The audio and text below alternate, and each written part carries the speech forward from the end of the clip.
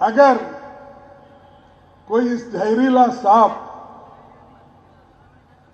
आपके सामने से गुजर रहा है और आप नमाज भी पढ़ रहे हैं, नमाज तोड़ के उस जहरीली सांप को मारना, ये कुरान में कहा है। ये जहरीला सांप है आरएसएस और बीजेपी।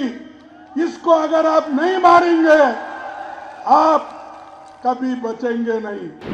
इस बात से खड़गे साहब ने यह प्रमाण करने का कोशिश किया है कि कांग्रेस पार्टी आज का दिन में केवल मुस्लिम तुष्टीकरण की राजनीति करती है, मुसलमान को सेटिस्फाई करने के लिए राजनीति करती है और वो जितना सके कस कस के सनातनी व्यवस्था को, हिंदू समाज को अपमानित और अवहेलित करने का कोशिश करती है। ये बात स्पष्ट हुआ है। तो हम इलेक्शन कमीशन में भी जाएंगे और इलेक्शन कमीशन को भी आग्रह करेंगे कि वो भी कांग्रेस अध्यक्ष के खिलाफ कुछ न कुछ कार्रवाई करे। मैं सुना कि आप यहाँ पर बहुत से मुसलमान और हिंदू भाई भी बैठे हैं।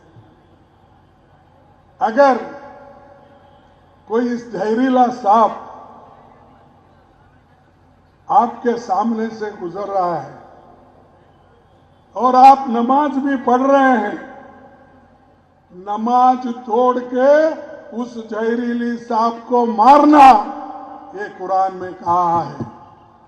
और मैं यही कहूंगा, आपका नमाज तोड़ने तो परवाह नहीं, ये जहरीला सांप है आरएसएस और बीजेपी।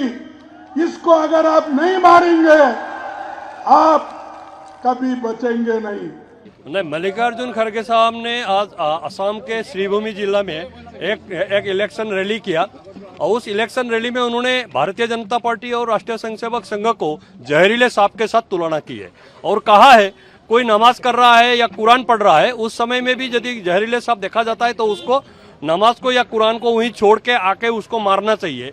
और भारतीय जनता पार्टी और कांग्रेस भी, आरएसएस भी ऐसा ही है, जहरीला सांप जैसा है। तो इसको देखते ही मुसलमान लोगों को कांग्रेस और बीजेपी और आरएसएस को मारना चाहिए, ये मल्लिकार्जुन खड़गे ने कहा है। इस बात से खड़गे साहब ने यह प्रमाण करने का कोशिश किया है कि कांग्रेस पार्टी आज का दिन में केवल मुस्लिम तुष्टीकरण की राजनीति करती है, मुसलमान को सेटिस्फाई करने के लिए राजनीति करती है और वो जितना सके कस कस के सनातनी व्यवस्था को, हिंदू समाज को अपमानित और अवहेलित करने का कोशिश करती है। ये बात स्पष्ट हुआ है।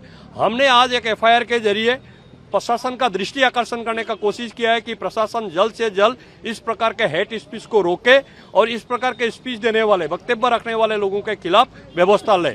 और इसके बाद हम इलेक्शन कमीशन में भी जाएंगे और इलेक्शन कमीशन को भी आग्रह करेंगे कि वो भी कांग्रेस अध्यक्ष के खिलाफ कुछ न कुछ कार्रवाई करे।